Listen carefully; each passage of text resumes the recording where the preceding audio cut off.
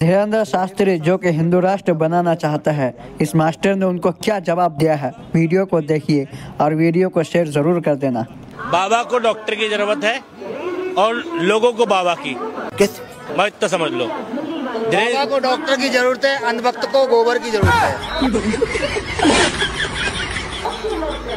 और वो बाबा आज दवाई खा रहा है जो कहता था कि गाय के पेट में खड़ी हल्दी डाल के सुबह शाम ले लो तो सही हो जाओगे, या गंगा जल की बातें करता था।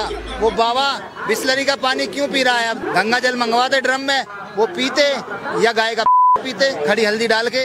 वो बाबा जो हिंदू राष्ट्र की बात कर रहे हैं, उनकी तरक्की देखिए कितने लाख गुना हुई है। 9 साल पहले उनके पास मोटरसाइकिल नहीं थी।